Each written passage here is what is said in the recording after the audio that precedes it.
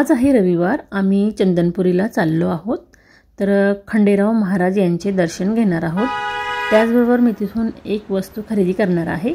सध्या आता मार्गशीर्ष महिना सुरू झालेला आहे। माता लक्ष्मीला अत्यंत प्रिय असणारी वस्तूच आहे आणि त्यामध्ये कमळगट्ट्यांच्या मण्यांची माहिती। तर आपल्यापैकी बरेचसे जण कमळगट्टूची माळ वापरतात, परंतु ती खराब होऊन जाते। तर माझ्यासोबत सुद्धा तसंच काही झालेलं आहे। तर मी कशा प्रकारे नवीन तयार केली अशी बरीचशी माहिती आजच्या या व्हिडिओमध्ये आपण बघणार आहोत। तर नमस्कार, आपल्या चॅनलमध्ये सगळ्यांचे मनापासून खूप खूप स्वागत आहे। बघा, आपण मार्केटमध्ये जातो, एखाद्या शॉपला गेलो का आपण देवांच्या बऱ्याचशा वस्तू खरेदी करतो।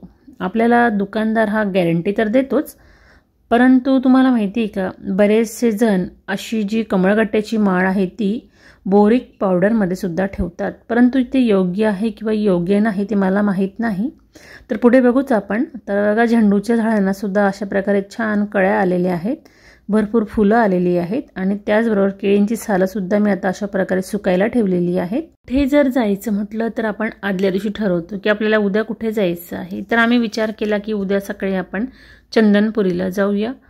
तर सकाळी रविवार सुद्धा आहे आणि दिवस सुद्धा छान आहे, म्हणून सकाळी उठले आणि अशा प्रकारे आंघोळ वगैरे झाली आणि देवपूजेला सुरुवात केली। त्याआधी घरं वगैरे झाडून घेतली मी आणि बघा अशा प्रकारे झाडांना फुलं लागली होती, ती फुलं काढली आणि साधारणतः आम्ही खरं 8ला जाणार होतो, परंतु सगळ्यांचं आवरावर होतपर्यंत आम्हाला 9 वाजून गेले होते घरून निघायला। तर आता आम्हाला असं वाटत होतं की सध्या आता गर्दी वगैरे असेल तिथे, पण नाही। आता हा मार्गशीर्ष महिना सुरू आहे आणि ह्या मार्गशीर्ष महिन्यामध्ये आपण उपासना करतो देवी देवतांची आणि घटस्थापना सुद्धा झालेली आहे मल्हारी मार्तंड यांची आणि आपण रोज पूजाविधी करतोच।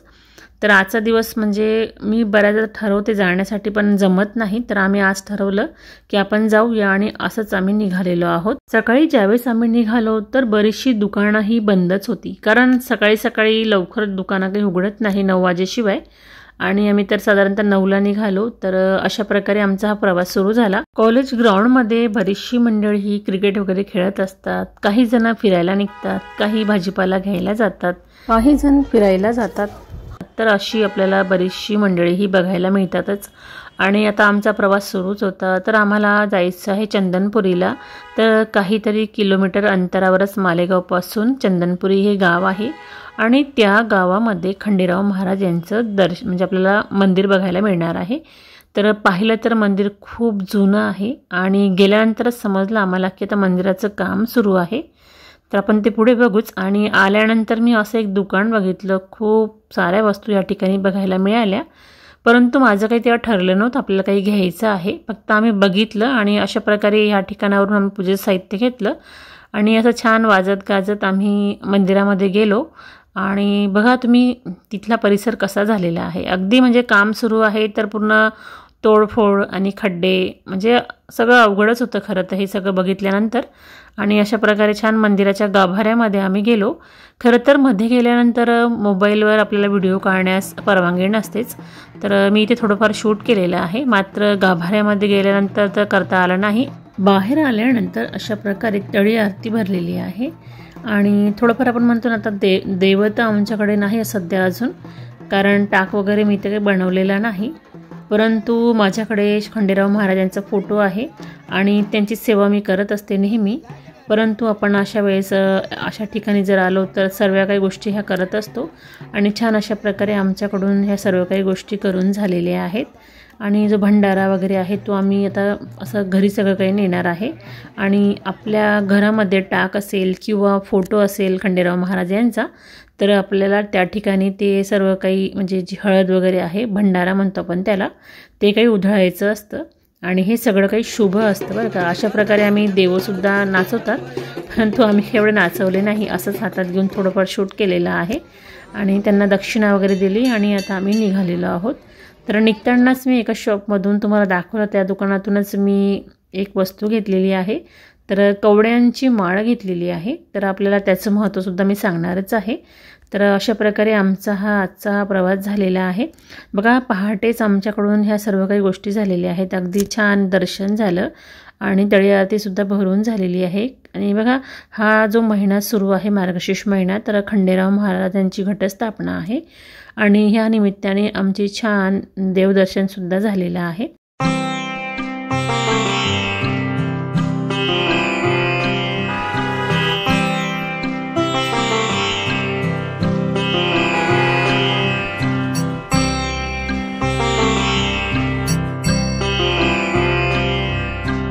तर आम्ही थोड्या वेळानंतर विचार केला की आता आपण घरी चाललेलो आहोत, अगदी चर्चजवळ मंदिरसुद्धा आहे, तर त्या ठिकाणी जाऊन सुद्धा दर्शन वगैरे घेऊया। आणि बघा आता तिथून निघाल्यानंतर थोडासा आपण प्रवास जर केला तर कंटाळा तर येतोच आणि त्या घरी जाऊन स्वयंपाक बनवा, अजून कामं तर बाकीच होती, कारण येताना फक्त देवपूजा आणि घरात झाडून झालेली होती, बाकीची कामं तशीच होती। तर म्हटलं नाश्ता वगैरे बाहेर काय करूया, तर आम्ही एका शॉपमध्ये गेलो तर ते बंद होतं आणि आम्ही दुसरीकडे परत जाणार होतो, तर अगदी घराच्या जवळच आहे ते सुद्धा, तर आपण ते सुद्धा बघणारच आहोत। आणि अशा प्रकारे आम्ही चर्च गेटजवळ आलेलो आहोत आणि बघा दत्त मंदिरसुद्धा इथे बांधकाम सुरू आहे। तर बघा या ठिकाणी सुद्धा बांधकाम चालू आहे म्हणून थोडा परिसर खराब झालेला आहे, परंतु बाकीची जी मंदिरं आहेत ते अगदी छान आहेत। तर बघा हे एकापेक्षा एक खूप सुंदर सुंदर या ठिकाणी मंदिरं झालेली आहेत। हनुमानजींचं आहे, शिव भगवानांचं आहे, शनी भगवानांचं आहे आणि आता हे लास्ट जे होत आहे ते आहे दत्त भगवानांचं। बघा चारही मंदिरं अगदी समोरासमोर आणि सुंदर प्रकारे बांधण्यात आलेली आहे।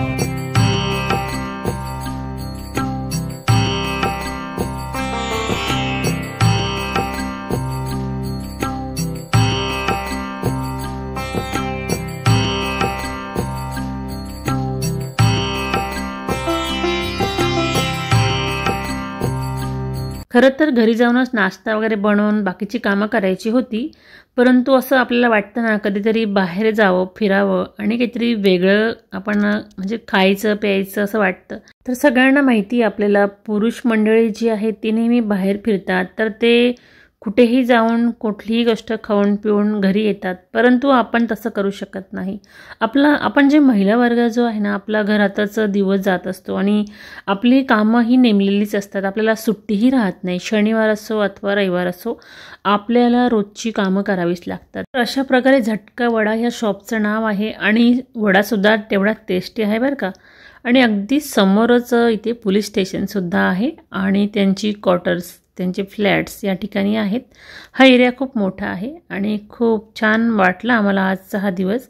आता घरी गेल्यानंतर आपल्याला कामाला तर लागायचंच आहे आणि अंगणात बघू शकता मी कालच ही सगळी काही रांगोळी काढली, तर जास्त करून पिवळा कलरच वापरलेला आहे रांगोळीमध्ये सुद्धा, कारण सध्या दिवस चालू आहे ते म्हणजे खंडेराव महाराजांचीच घटस्थापना वगैरे, म्हणून मी ह्या सर्व काही गोष्टी केलेल्या आहेत। बघा कुठलीही गोष्ट मी ठरवूनच करत असते, अगदी मनापासून केलं तर आपल्या सर्व गोष्टीसुद्धा पूर्ण होत असतात। तर मी ज्यावेळेस ही माळ खरेदी केली, माळ म्हणजे कवड्यांची माळ, तर ती माळ खरेदी केल्यानंतर आता म्हटलं मार्गशीर्ष महिना सुरू आहे तर आपल्याला कमळगट्टूची माळसुद्धा लागते पूजेमध्ये आणि खूप महत्त्व आहे या महिन्यामध्ये, आपण ही खरेदी करू शकतो।